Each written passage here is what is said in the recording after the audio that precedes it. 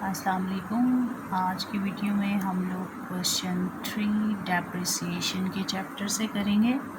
तो क्वेश्चन 3 में क्या है, accent company purchased a machinery for ₹70,000 on 1 जुलाई 2013। यहाँ पे किस एक चीज़ आपने ख्याल रखना है कि इसका स्टार्ट कहाँ से हो रहा है। अब यहाँ पे 1 जुलाई से बात हो रही है कि ये मशीनरी कब खरीदी है, छठे महीने में आके खरीदी है। तो जितनी देर हम मशीन को यूज़ करते हैं उतने टाइम की डेप्रिसिएशन पे करना होती है। यहाँ पे आके बहुत से स्टूडेंट एक मिस्टेक करते हैं कि वो यहाँ पे पूरे साल की डेप्रिसिएशन लिख देते हैं, फिर जिसकी वजह से उनका एंड तक बैलेंस गलत आता है। यहाँ पे आप देखें 1 जुलाई लिखा है, 1 जनवरी नहीं लिखा, 1 जुलाई लिखा है। इट्स मीन कि ये पिछले 6 महीने गुजर जाने के बाद खरीदी गई है। तो अब जो ये 6 महीने इस्तेमाल होगी उसके ऊपर हम डेप्रिसिएशन देंगे। तो कहते हैं they spend ₹8,000 on it's installation. तो ये हमारा एसेट का रूल होता है कि जब हम लोग कोई भी एसेट खरीदते हैं तो उसके जो इंस्टॉलेशन चार्जेस होते हैं, उसको फ़िक्स करवाने के जो पैसे लगते हैं, वो सारे के सारे उसके डायरेक्ट एक्सपेंसेस उसकी कॉस्ट में हम शामिल कर लेते हैं। तो ये भी पैसे इसमें ऐड होके फिर डेप्रिसिएशन ली जाएगी। Prepare the machinery account for the first 4 year under straight line method of depreciation. Depreciation is return of 10% per annum. Assume the account are closed every year on 31st December। तो क्या इससे हमें पता चलता है कि 70,000 की मशीनरी खरीदी, 8,000 इंस्टॉलेशन चार्जेस, और जो हमने मशीनरी अकाउंट बनाना है वो 4 ईयर के लिए बनाना है। परसेंटेज हमें डेप्रिसिएशन की गिवन है, मेथड हमारा स्ट्रेट लाइन है, और हमने ये अज्यूम करना है कि हर 31 दिसंबर को हमारे अकाउंट क्लोज़ हो रहे हैं। तो ये हम लोग इसको स्टार्ट करते हैं। सबसे पहले हमने जो मशीनरी खरीदी है उसकी हम लोग एंट्री करेंगे। जब वो एंट्री हमारे पास होती है तो हम उसमें क्या करते हैं, machinery account debit to cash account credit. लेकिन ये हम लोग जो मशीनरी का अकाउंट बना रहे हैं उसमें मशीनरी का नाम इस्तेमाल नहीं करते हैं।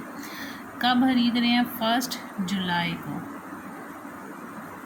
1 जुलाई 2013 में मशीनरी खरीदी है। तो क्या लिखेंगे, कैश अकाउंट। कितने की मशीनरी थी, 70,000 की, बट 8,000 इंस्टॉलेशन चार्जेस हैं तो उसके लिए भी हमने पेमेंट की है। कैश अकाउंट 8,000, यानी मशीन इंस्टॉलेशन के जो पैसे हैं वो हम लोग इसकी कॉस्ट में शामिल करते हैं, इसलिए हमने इसे इसकी डेबिट साइड पे ही लिखा है कि ये भी इसकी कॉस्ट का एक हिस्सा है। हम टोटल वैल्यू इसकी 78,000 कंसीडर करते हैं। ये भी कब खर्च हुआ है हमारा, 1/7/13 में। अब हमने 31 दिसंबर को इसके ऊपर डेप्रिसिएशन देनी है 2013 में। तो डेप्रिसिएशन अकाउंट लिखेंगे। अब डेप्रिसिएशन निकालनी कैसी है, हमने ये 6 मंथ के लिए, जुलाई से दिसंबर हमारे पास 6 मंथ बनते हैं, तो हमने 6 मंथ के लिए निकालनी है। ₹78,000 multiply by 10% multiply by 6 divided by 12, क्योंकि साल में 12 महीने होते हैं। ये हमारा पर एनम रेट है और हमें 6 महीने की डेप्रिसिएशन यहाँ पे चाहिए। ये हमारी बनती है 3900। टोटल हमारे पास इसका कितना आया, 78,000। और अगर हम 10% लें पूरे साल के लिए तो 7800 बनता है। वो अगले स्टेप में आपको बताते हैं, क्योंकि स्ट्रेट लाइन मेथड में फिर बच्चों के जहन में ये सवाल आता है कि स्ट्रेट लाइन मेथड में तो हर साल हम सेम डेप्रिसिएशन लिखते हैं, फिर यहाँ पे हो रहा है, आगे हो रहा है, तो ऐसा नहीं है। यहाँ पे भी पूरे साल के लिए 7800 बनती है, लेकिन हमने यहाँ पे 6 मंथ की लिखनी है क्योंकि ये हमारा एसेट 6 मंथ यूज़ हुआ है, इसलिए जस्ट हम इसमें 6 मंथ की डेप्रिसिएशन शामिल करेंगे।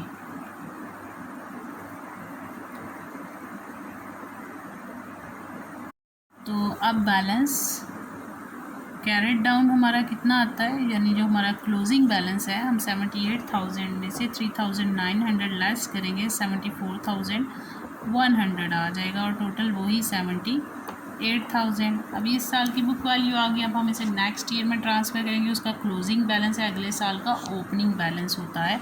तो यहाँ पे अब हमारा स्टार्ट हो रहा है 1 जनवरी से। 1 जनवरी 2014 बैलेंस ब्रॉट डाउन मीन्स आपका ओपनिंग बैलेंस है, ये ओपनिंग बैलेंस है आपका। तो आपने इसको लिख लेना है 74,100। अब इस साल में हमारी मज़ीद कोई मशीनरी सेल या परचेज़ नहीं हुई है। 31 दिसंबर 2014 डेप्रिसिएशन अकाउंट। देखिए मैं यहाँ पे आपको दोबारा करके बताती हूँ कि मैं वही वैल्यू ले रही हूँ 78,000 जो उसकी करंट वैल्यू थी, जो साल में उसकी परचेजिंग वैल्यू थी, जो हमने से ख़रीदा, मल्टीप्लाई बाय 10 डिवाइडेड बाय 100। अब देखिए पूरा साल इस्तेमाल हुई है तो 12 डिवाइडेड बाय 12 से डिडक्ट हो गया, कट गया। अब हमारे पास ये कितना रह जाता है 78,100। तो 74,100 में से 7,800 लेस हो जाएगा, तो हमारे पास क्लोजिंग बैलेंस इस साल का आ जाएगा। बैलेंस कैरेट डाउन वो हमारा है 66,300। टोटल वही हुआ 74,100। अब ये नेक्स्ट ईयर में ट्रांसफ़र होगा। 1 जनवरी 2015 बैलेंस ब्रॉट डाउन मीन्स आपका ओपनिंग बैलेंस 66,300। और चूँकि हम लोग स्ट्रेट लाइन मेथड यूज़ कर रहे हैं और इस साल भी कोई सेल परचेज़ नहीं हुई है, तो हम लोग 31 दिसंबर को भी वही अपना डेप्रिसिएशन रेट लिखेंगे। Depreciation account 7800। टोटल हमारा है 66,300। इसमें से 7800 लेस हुआ तो हमारे पास उस साल का क्लोजिंग बैलेंस आ गया, वो आएगा 58,500। टोटल हमारे पास 66,300। अब ये बैलेंस हमारा नेक्स्ट ईयर में ट्रांसफ़र होगा। 1 जनवरी 2016 बैलेंस ब्रॉट डाउन 58,500। अब 31 दिसंबर 2015 में डेप्रिसिएशन अकाउंट वही डेप्रिसिएशन 7,800। इसमें से 58,500 हमारा टोटल है, इसमें से ये लेस होगा तो बैलेंस कैरेट डाउन आ जाएगा। ये हमारे पास बनता है 50,700 और टोटल वही 58,500। अब हम इसे नेक्स्ट ईयर में इसने हमसे सिर्फ 4 साल का मांगा था, हमने 4 साल का बना दिया है। 2013 में, 14 में, 15 और 16, और हम इसे 17 में ट्रांसफ़र कर देंगे जस्ट क्योंकि हमारे एसेट्स अकाउंट क्लोज़ नहीं होते जब तक उनकी वैल्यू जो है वो ज़ीरो ना हो जाए।